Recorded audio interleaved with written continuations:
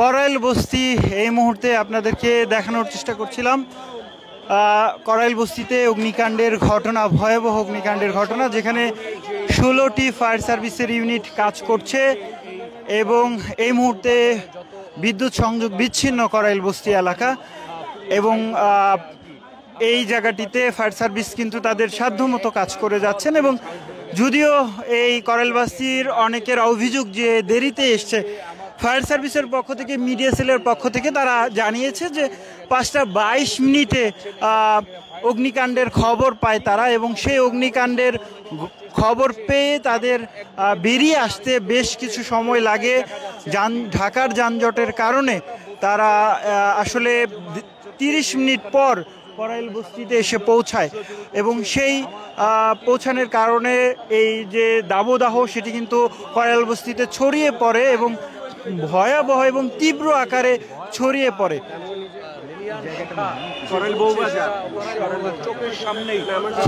করাইল বউবাজার এলাকায় এই অগ্নিকাণ্ডের ঘটনা, এবং তা কিন্তু ধীরে ধীরে ছড়িয়ে পড়ে, এবং ছড়িয়ে পড়ার ঘটনায় আমরা আসলে এই মুহূর্তে দেখানোর চেষ্টা করছিলাম।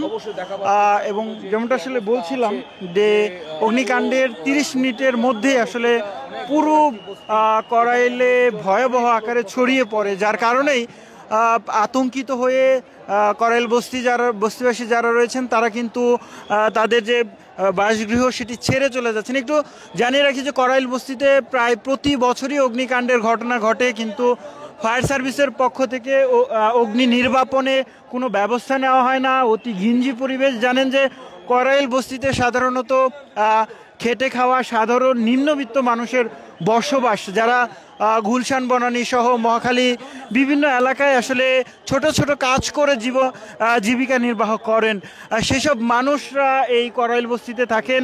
করাইল বস্তিতে ঘিঞ্জি পরিবেশ, এবং সেই সাথে করাইল বস্তির একটি বাড়ি থেকে আরেকটি বাড়ির বেশ দূরত্ব রয়েছে।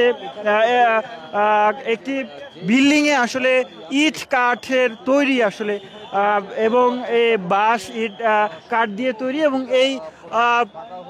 এই জায়গাটিতে কেউ কেউ আসলে নিজেদের রাজুকের প্ল্যান ছাড়া, কারো অনুমতি ছাড়াই নিজেদের খেয়াল খুশি মতোই আসলে একতলা 2তলা ভবন বানিয়ে রাখেন, যা মানুষের নিরাপত্তার কথা চিন্তা করেন না তারা।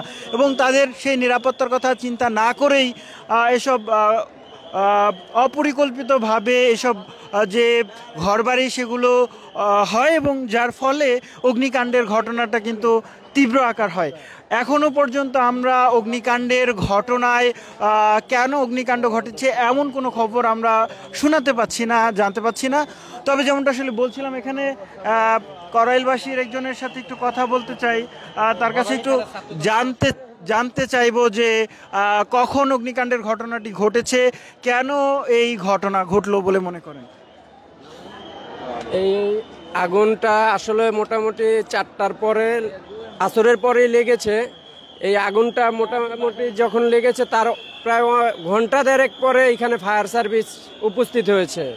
আর এইখানে আরও বিভিন্ন, যেমন আমার দলের পক্ষ থেকে, বাংলাদেশ জাতীয়বাদী ছাত্র দলের পক্ষ থেকে, ঢাকা মহানগর উত্তর ছাত্র দলের বিপ্লবী সাধারণ সম্পাদক মাহফুজুর রহমান লিপকন ভাইয়ের পক্ষ থেকে একটি ইউনিট কাজ করছে মাঠে আগুন নিবানোর জন্য। পাশাপাশি ফায়ার সার্ভিসকে সহযোগিতা থেকে শুরু করে এভরিথিং অনেক প্রকারের সহযোগিতায় তারা মাঠে নিয়োজিত আছে।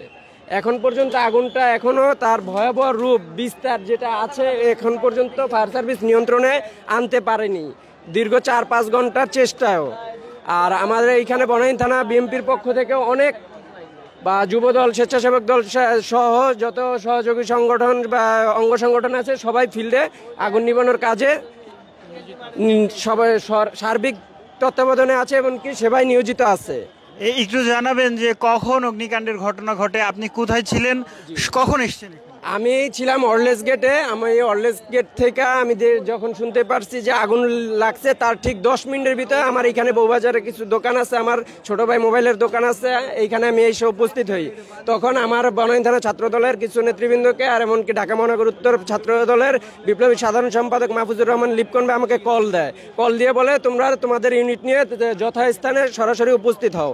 ঠিক ওইখানে আমরা ওই মুহূর্তে এসে উপস্থিত হই। তো দর্শক একটু দেখানোর চেষ্টা করছিলাম আমরা এবং কথা বলার চেষ্টা করছিলাম এখানকার আরো কয়েকজনের সাথে একটু কথা বলতে চাই যে এই বাজারের দোকানদার এখন আসলে এই অগ্নিকাণ্ডের ঘটনাটি ঘটেছে। এখনো কিন্তু আগুনের যে লেলিহান শিখা, সেই আগুনের লেলিহান শিখা জ্বলছে করাইলের এই বাড়িগুলোতে। মূলত এসব বাড়ি কাঠ এবং টিন এবং সেই সাথে বাঁশের, অর্থাৎ যেসব জিনিসপত্র আসলে অগ্নি ধরায় অর্থাৎ আগুন আরেকটু উত্তপ্ত করতে সহযোগিতা করে, সেসব উপকরণ দিয়েই কিন্তু এসব যে টিন শেড ঘরগুলো রয়েছে, টিন শেড ঘরগুলোর যে তৈরি করা হয়। এবং দেখতেই পাচ্ছেন সেটি আমরা সে আগুনের তীব্রতা দেখানোর চেষ্টা করছি। আগুনের তীব্রতা কিন্তু আরও বাড়ছে ভয়াবহ পরিমাণে। সেই আগুনের যে লেলিহান শিখা, আগুনের যে উত্তাপ, সেটি কিন্তু ক্রমে বাড়ছে এবং আগুনটি করাইল বস্তির বউবাজার এলাকার অগ্নিকাণ্ডের ঘটনাটি ঘটছে। আমরা সেটি দেখতে পাচ্ছি এবং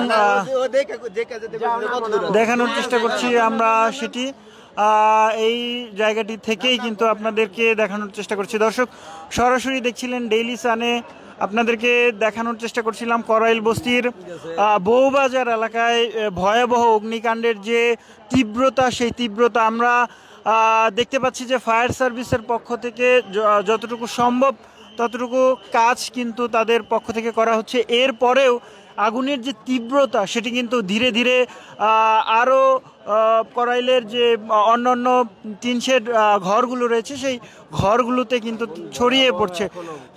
একটু জানবার চেষ্টা করব যে এখানে তো আসলে উৎসুক মানুষও ভিড় জমাচ্ছেন, সেক্ষেত্রে ছাত্রদলের পক্ষ থেকে আপনারা কি কাজ করছেন?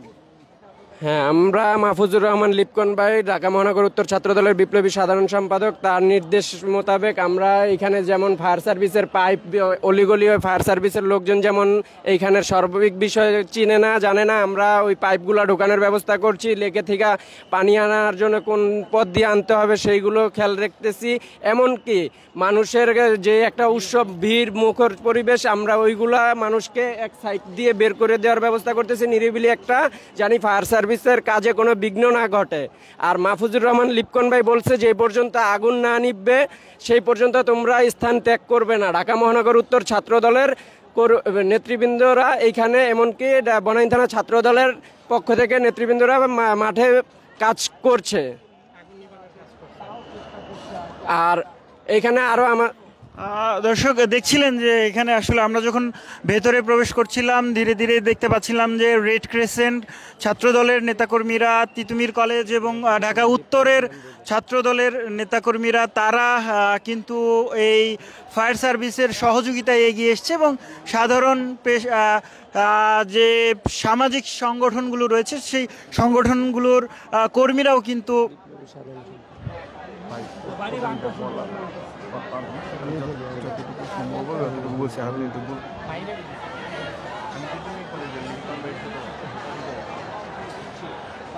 দর্শক দেখানোর চেষ্টা করছিলাম করাইল বস্তি থেকে, এবং করাইল বস্তির যে ভয়াবহ আগুনের তীব্রতা সেটি কিন্তু ধীরে ধীরেই বাড়ছে, ক্রমেই বাড়ছে। করাইল বস্তির লেকের ধারে অর্থাৎ করাইল বস্তির বউবাজার যে লেকের পাশে, সেই লেকের পাশেই অগ্নিকাণ্ডের ঘটনাটি ঘটে। এর আগেও গত এক বছর আগেও এই জায়গাটিতেই অগ্নিকাণ্ডের ঘটনা ঘটেছিল। সেই আগুনের তীব্রতাও কিন্তু ব্যাপক আকার ছিল এবং সেই ব্যাপক তীব্রতা কিন্তু দেখা গেছে।